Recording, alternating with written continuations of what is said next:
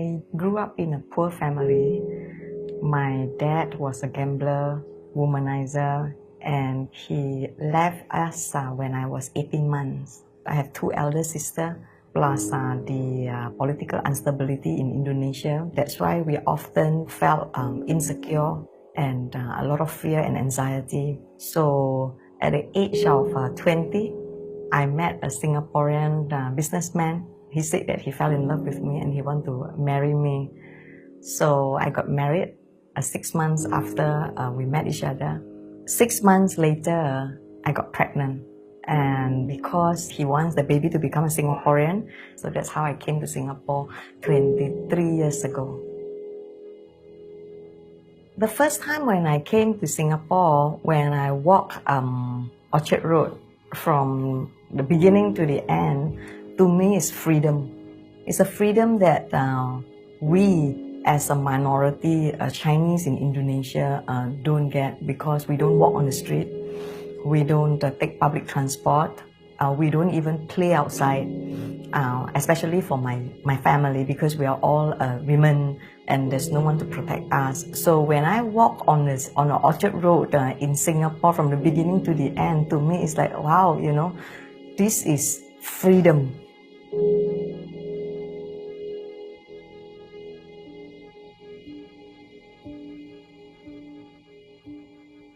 When Joel was born, the second day, the doctor detected some abnormality. On the 5th day, they concluded that Joel had Williams syndrome.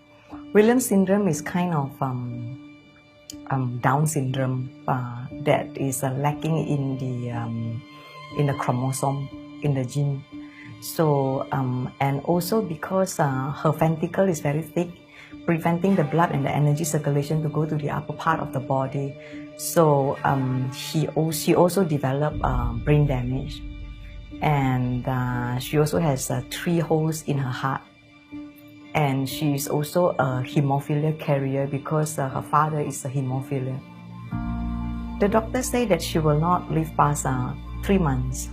I cannot accept it because I was born in a family that is I was not happy as a child, and when I got married, I hoped to be able to build a happy home, a happy family on my own. But then, where does the 3 holes in the heart come from? Where does the brain damage come from? Where does the Down syndrome come from? I couldn't accept, and I find that life is just so unfair for me. And when we celebrate first month, the father told me that I think we are not meant for each other. I think we have to separate. I was totally shocked because this was the last thing that I ever thought will happen to me. I mean, now we got married and we have a child, and the child is so sick, and because of that I cannot go back to Indonesia. And the father said that we are not meant for each other. I kept asking, what do you mean by we are not meant for each other? Is there anything that I could make up? You know, is there anything that I can do, I can change? But he said that we are just not meant for each other, and he left the next day without saying anything, without leaving anything behind.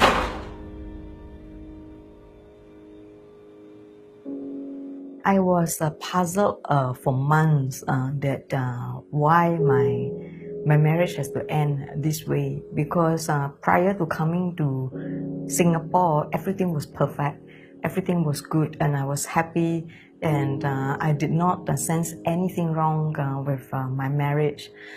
But then why out of you know, sudden things happen in this way? So quietly I booked a ticket, leaving Joel behind. So I stepped into the house, I opened the door, and I saw there's another woman there. Woman living in my house, sleeping on my bed, and my heart breaks. I just thought that perhaps they're happier without me. I just ran outside and I stopped a taxi and I make a detour. I went back to Soekarno-Hatta, the airport, and I just sat there and I rebooked my air ticket and just sat there and cried, and finally I found out a reason, a true reason why he said things does not work out in our marriage.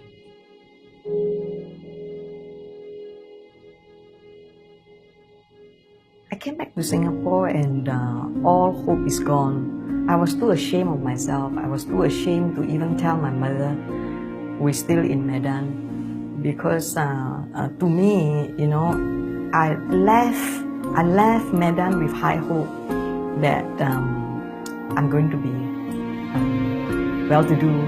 I'm going to marry a businessman, and I'm going to make it in life, and you know, building my own family. I'm going to be happy. But when things happened not in a way that I thought, it is too shameful for me to go back to Medan. It is too shameful for me to even tell my mother about all the bad things that happened to me, because I saw how my mother suffered raising the three of us up single-handed. She has to work, you know, and then she has to deal with being no husband at such a young age, being bullied by neighbors and friends and relatives, and I grew up, saw her suffering. So to me, the last thing that I want to do is to break this news to her. So there's no way out, there's no money, no friend, I'm not able to speak English, and it's in a foreign land that I know not of the culture, the people, the language. So there's no way out for me. So I thought the only way is to end it. I plan to jump down from 14th floor in the apartment where I stay. But God has a higher way for me. At that point of time, all that I felt right here was painful. The pain of betrayal. It has become physical, that pain, you know, that even when I breathe, it's painful. I count every second of the day. I was in a severe depression. I don't sleep for 5 days.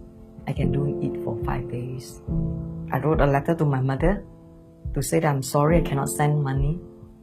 I cannot, you know, be a good daughter. And then I make all plan already. I'm getting ready to go out for the last time. I received a phone call from an insurance agent. His name is Steve. I don't know him. He said that, I heard from so-and-so that, you know, you have a baby, and if you buy an insurance policy from me right now, the price is very good. So I said that, no, I'm not buying insurance. I don't have money to buy insurance. And I want to put down the phone, and he said, wait, hold on. He said that, you know, my church has evangelistic meeting. There's a special speaker coming. Can I invite you to a church? Church was a foreign to me, because my whole life I've never stepped into the church. Before I said no, I remember that, hey, I want to go to Orchard Road. It's very troublesome for me to carry baby, bring pampers, bring milk powder and all that, and go out, and because I'm not familiar with Singapore. Yeah, and I said to him the strange answer. I said that, if you can bring me to Orchard Road, okay, either before or after your service, okay, I'll go with you. I never expect him to say yes, but then he said, yes, I'll come and get you, because my church is slightly off Orchard Road. So he came with his wife. He picked me up, and then he sent me to a church. And I was seated at the last third row from the back, holding on to a baby. And this man that brought me to the church with his wife, they just put me there, and then they just disappear. I don't know where they are. And it's English service. I don't understand English. It's the first time in my entire life that I stepped into a church that I do not understand. I don't understand the language. They were singing in English, I don't understand. The pastor was preaching in English that I don't understand a single word. Throughout the entire service, I only focused on one thing. It's very painful here. I couldn't breathe. When is this going to end? Because I just want to go out, and I just want to end my life. Until At the end of service, the speaker asked, is there anyone that want to come forward to get prayer? I didn't even know. But up from the stage, the preacher was pointing at me. He said, that woman with a baby, I want you to come forward. Ushers came from the left and from the right and asked me to go out. I said, go out, the preacher is calling you. I went out carrying a Joel. They were trying to translate in Hokkien to me. And the preacher was asking me, he said, do you want to receive Jesus Christ as your personal Lord and Savior? My answer is, who is Jesus? I don't know who is Jesus. If he can even get me out of my situation. I saw the whole auditorium was red in color, radar red. And then suddenly, because when I went out feeling very pain, a lot of pain right here and suffocating. But as I went out and I said, who is this Jesus? Suddenly I sensed peace. Peace that transcends beyond understanding. Peace that I never thought in my entire life exists. I asked them, I don't know who is this Jesus, but if this Jesus that you're talking about equivalent to this peace that I am experiencing, I must have it. I cannot do without it.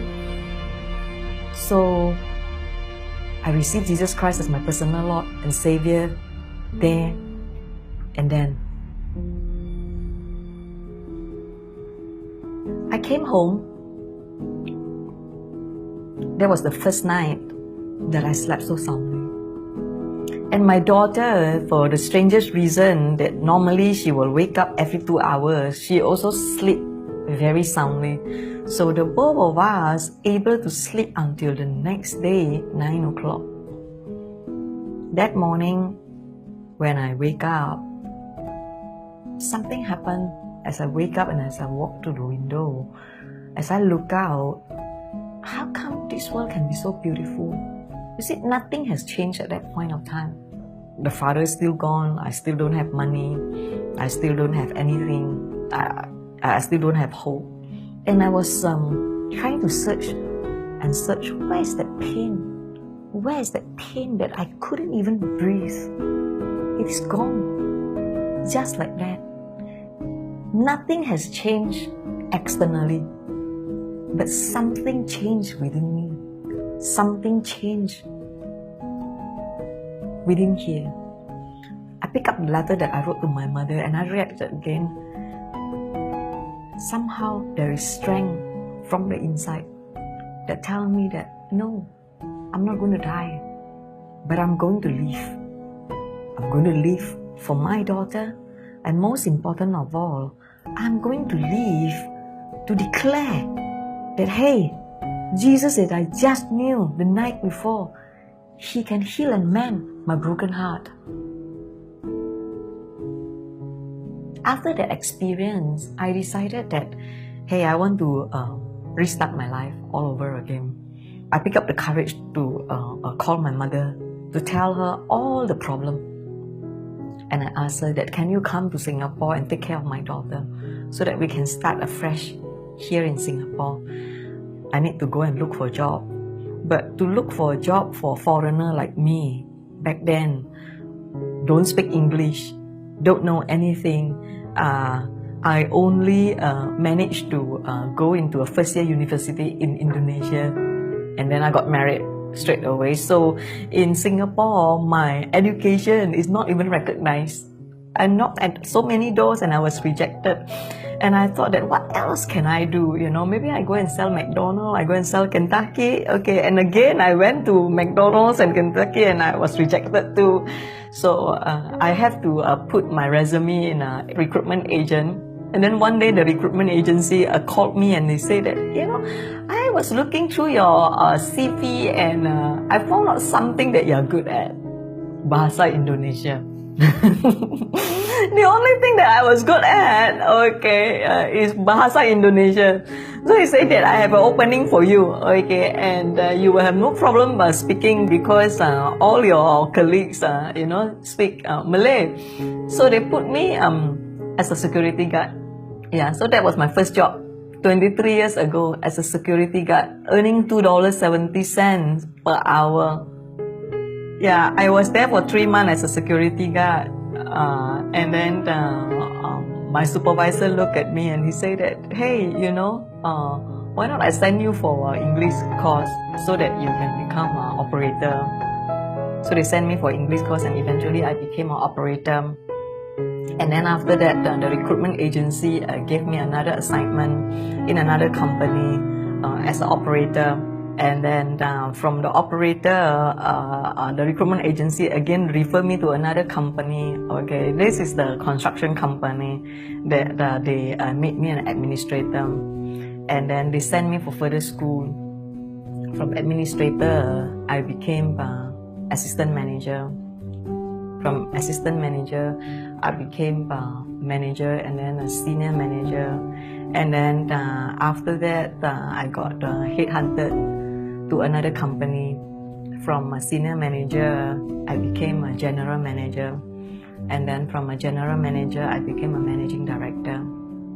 Yeah, just within 6 years. It was really the grace of God. Because if I think back those years, to be honest, I don't know how I went through. I have to work like from 8:30 to 5. And then I have to go to study from 7 to 10. And then when I come home is where the time I take over taking care of Joelle. And Joelle wakes up every 2 hours for her feeding. And because I don't have enough income, I have to look for supplements. So I bake cookies, I pack mushroom, I pack hampers to have income supplements. And plus when I study, eventually when the company sent me for management course, I have to do a lot of paperwork. I have to study very hard. I don't know where does all this strength came from. Maybe one day I only sleep like 2 hours, 3 hours. But the Lord gave me a verse for me to go through it. He said that in Hebrew 11:6, he said that without faith, it is impossible to please God. For whoever that come to Him must believe that He is. And He is the rewarder of those who diligently seek Him. So when I seek Him and look at Him alone, I have to forgo my situation. I have to forgo, yes, it's tiring. But instead of complaining, instead of murmuring, instead of being ungrateful, I choose to say that the joy of the Lord is my strength. And that is where I got my strength back all the time without fail. Every time when I felt tired, I would just say that, the joy of the Lord is my strength. And the strength just came. And that keeps me going. I remember I was a human resource manager. As a human resource manager, you need to write a lot of memos, like informing people that, okay, today is public holiday, tomorrow your leave may be, taken, this, and then I have to write a lot of memo. The company gave me opportunity, knowing that my English is so bad, okay, but not everyone are being gracious. And a lot of them are doctors, engineers, professional and all that. And the notice board is right in the middle of a place that everybody, every day will walk past. And every time when I want to write a memo to put up on the notice board, I was always in tremble. Because my English was so poor, my grammar is always wrong. And every time when I put out, I will see very soon a red pen, a green pen. Sometimes they will put a turtle, and then they will make fun of me like they will put remarks that, which school do you graduate from? I mean, everybody in the office will walk past and will look at it and will laugh at me. So every time when I collect back those memorandum with full of remarks and with funny cartoons and all that, and I will ask myself, do I give up? I can give up easily.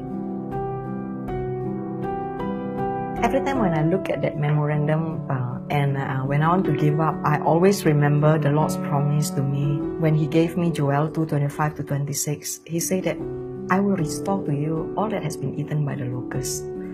All the years that the locust has eaten, I will restore to you, and you will eat in plenty and praise the name of the Lord your God who has dealt wondrously with you. And I remember He said this. He said that for my people will never be put to shame. Those who trust in the Lord will never be put to shame. So I say that, okay, I will work even harder and I will turn this adversity into something that will come out good for me. Doctors say that she will not live past 3 months. She lived past 3 months. Doctors say that 6 months at the most, she lived past 6 months. And doctors say that 1 year she'll die, she never died. She asked me to prepare 100,000 Sing dollar for surgery. I don't have 100,000 Sing at that point of time, but I know that I have a big God and I can pray. So I prayed. I stopped seeing doctor because of not having enough money. Joelle was always sick. She's so weak that 1 month she will sick for 3 weeks, and then after that she will get sick again. She's so weak that she's not able to walk. She's only started learning to walk at the age of 4. That's how she grew up. And then she always have problem because she couldn't breathe properly. She will always have problem during feeding, during milk time. Prayed and prayed and prayed and prayed, and she got better. I sense that she got better, although I never bring her to see doctor, but just praying and praying. And at the age of 6, God said, why not you bring her back to see the doctor and see what the doctor said. I brought her back to see the doctor. They did the ECG on the heart. And they asked me, what did you do to this child? I said, I didn't do anything. He said that it cannot be. He said, you look at the old report, this heart, the 3 holes in the heart and is failing, okay. But he said, when you look at the new report, okay, this heart is normal, it's totally perfect. And to them, it is still impossible because as they put the 2 reports together side by side, the old report and the new report, they say that these 2 hearts is not connected to each other. And to them, from the medical point of view, it is something that is impossible because they cannot trace back. The doctor told me that, from their medical point of view, there's a recovery process. Every time, when from there's a hole to become no holes. Okay, so it's like, closing up, they're able to trace. He said, but in your daughter's case, we are unable to trace anything because these 2 hearts, as they put together, it has got it's a different set of heart, as if that there's a hand that removed the old one and put in the new one, okay? And who can do this kind of miracle? It's only God. So God heals her heart. And I became greedy. I say that, God, if you can heal the heart, you can heal the brain too. At that point of time, Joelle was 6 years plus, and I need to register her to a primary school. So I say that, God, surely you heal the heart, surely you heal the brain too. Because what good is it if she has a perfect heart without a perfect brain? So every day I pray, God, you must heal. You must heal. When are you going to heal? I got no more time. I prayed and prayed and prayed and prayed and prayed, and I make my own decision. I say that Joelle must be a normal child. Okay, the Lord surely will heal her brain. So I put her in a normal school. So the Lord spoke to me. He said that, do you think that Joel is a burden to you? I said, of course, yes. You ask any parents who have a special child, it's very burdensome. You don't know what to do to them. Sometimes you want to scold them. You think they don't know, they know. Sometimes you scold them, it turns out to be they don't know. The Lord said, what about I say that she's a blessing to you? I said, how can a burden become a blessing? He said that, is it easy to love the lovable? Yeah. But if you are able to love the unlovable, you see already you don't know how to love. And the love is always come with a question. Why can't you be normal? Yeah, the conditioned love, When you're able to love the unlovable, then the true Christ-like love will be developed in you. He said that, what makes you think the world called them special child? The Lord said, because they were special in my sight. And I was like, wow, God, you said that they are special in your sight. You don't even call me special in your sight. So I said, okay, Lord, if you say that this child is a blessing, then so be it. From today onwards, I'm going to change my prayer. I'm not going to say that, God, you must heal her. I'm not going to twist your hand to say that, God, if you don't heal her, I'm not going to friend you, but be it unto me according to your will. If today she will be like a thorn on a Paul's side to me, so that I will cling on to you with that tenacity that I will never let you go, so be it. I took Joelle out from a normal school. I put her in a special school. I said sorry to her. I say that I am sorry, Mommy is sorry.